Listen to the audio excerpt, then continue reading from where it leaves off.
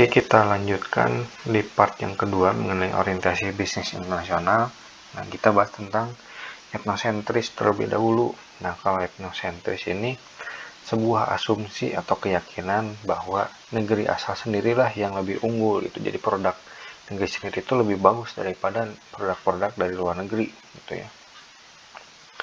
Jadi seseorang yang dengan melihat orientasi ini melihat persamaan dalam pasar dan percaya bahwa produk yang dan kebiasaan yang sukses di negeri sendiri yang akan unggul gitu ya. Contohnya kayak Korea dan Jepang itu mereka lebih mencintai produk-produk mereka sendiri gitu ketimbang produk-produk dari luar negeri gitu ya, karena mereka yakin produk dalam negeri itu lebih bagus daripada produk dari luar negeri gitu, karena memang produknya itu pas dan sesuai untuk penggunaan orang-orang di sana gitu ya, berbeda dengan produk luar negeri yang lebih sifatnya umum gitu ya. Itu untuk orientasi yang secara etnosentris. Yang kedua adalah polisentris. Nah, keyakinan yang didasari bahwa setiap negara itu unik dan beda-beda gitu ya. Nah, yang kedua adalah untuk meraih sukses di setiap negara adalah harus dapat menyesuaikan diri dengan perbedaan unik dari setiap negara. Nah, ini bisnisnya jadi kayak itu tadi, dia menyesuaikan dengan budaya di setiap negara gitu ya. Kalau kita punya produk yang dikirim ke banyak negara, nah itu disesuaikan dari segi bahasa dan budayanya gitu ya. Nah, karena kalau produk kita menyesuaikan dengan budaya di negara tujuan misalnya, si orang-orang dari negara tujuan itu akan respect gitu ya, bahwa oh ini ada produk dari luar negeri tapi mau beradaptasi dengan budaya yang ada di negara tersebut gitu ya, lebih ke menghargai gitu ya budaya di negara-negara tersebut yang berbeda-beda gitu, jadi menyesuaikan dan beradaptasi gitu. Yang ketiga adalah geosentris dan regiosentris. Nah, kalau di sini melihat persamaan dan perbedaan dalam pasar dan negara, serta mencoba menciptakan strategi global yang benar-benar responsif gitu ya pada kebutuhan dan keinginan lokal gitu. Nah, kalau ini jadi menyatukan dua dua orientasi gitu. Kalau melihat persamaan, contohnya gitu ya, Indonesia gitu. Indonesia itu orang-orangnya suka dengan makanan instan, contohnya mie instan gitu ya. Nah, terus apa sih yang dibedakan gitu ya pasarnya? Bisa dari segi rasa mie instan itu sendiri. Kan ada kayak Indomie misalkan ya, mie rasa rendang gitu ya, mie rasa mie kocok. Nah, itu kan berbeda-beda gitu ya, menyesuaikan dengan makanan tradisional di masing-masing daerah gitu ya, dengan makanan lokal. Nah, mengadaptasi dengan makanan atau rasa lokal atau daerah yang ada di Indonesia. Nah, itu jadi salah satu keunggulan juga untuk sebuah produk gitu ya. Jadi dia memang menyamakan bahwa orang Indonesia itu suka mie instan, tapi dari segi rasa dia pun mau beradaptasi gitu ya dengan lidah masyarakat lokal yang ada di Indonesia.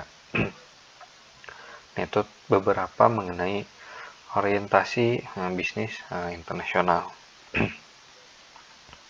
Nah, ada beberapa perusahaan multinasional. Kalau multinasional kan biasanya dia punya banyak cabang di berbagai negara gitu ya, nggak hanya di satu negara. Ini contoh-contoh perusahaannya gitu ya. Kalau untuk multinasional, mungkin teman-teman juga udah familiar lah dengan merek-merek ini, karena di setiap negara pun pasti ada nih merek-merek ini gitu ya, atau perusahaan-perusahaan ini gitu. Nah, masuk ke lingkungan bisnis internasional. Yang pertama adalah lingkungan ekonomi. Nah, kalau kita pengen melakukan bisnis internasional, otomatis kita harus kenal dulu dengan kondisi lingkungan di satu negara tersebut gitu ya. Salah satunya adalah tentang lingkungan ekonomi.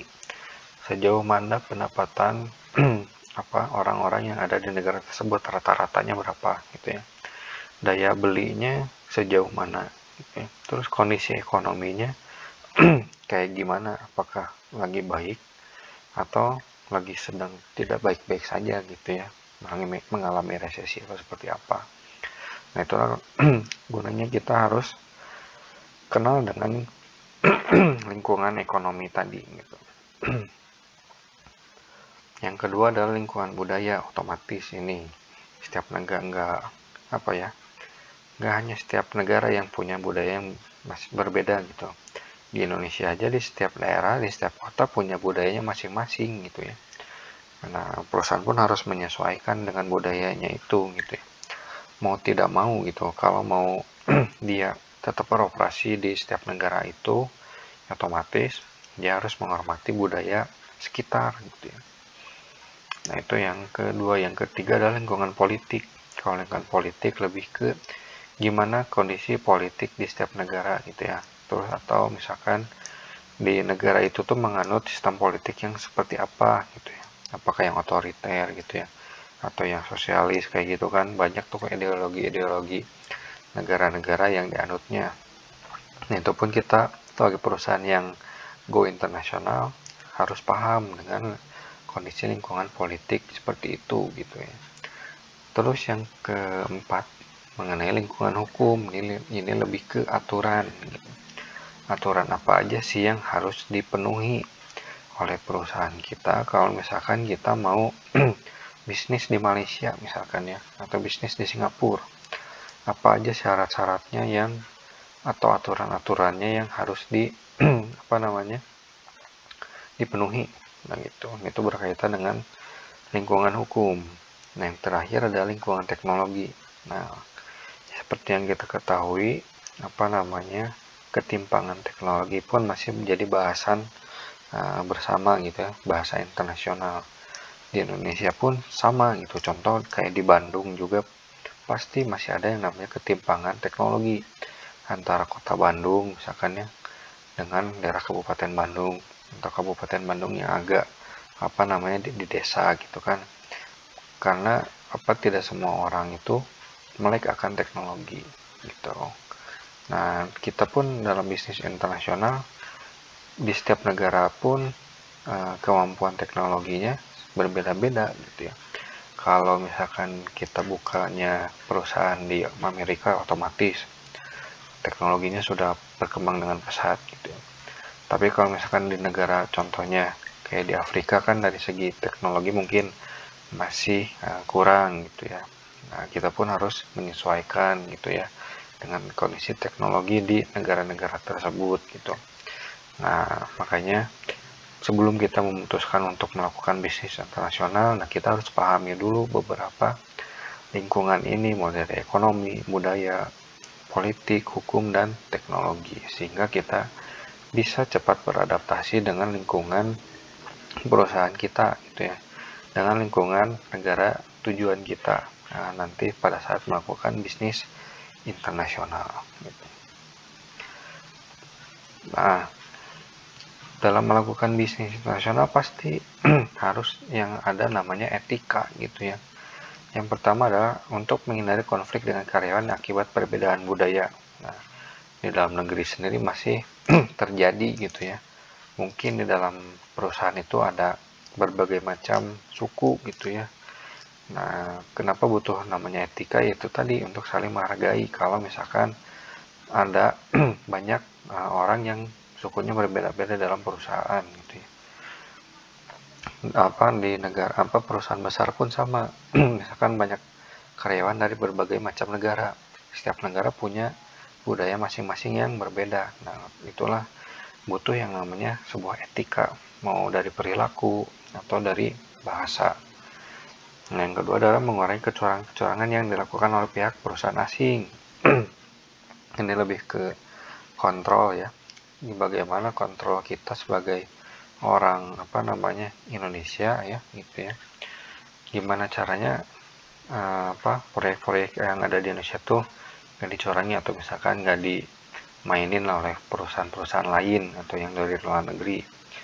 Nah, itu makanya perusahaan-perusahaan luar negeri pun harus tahu gitu bagaimana cara atau etika yang harus dikedepankan di Indonesia gitu ya.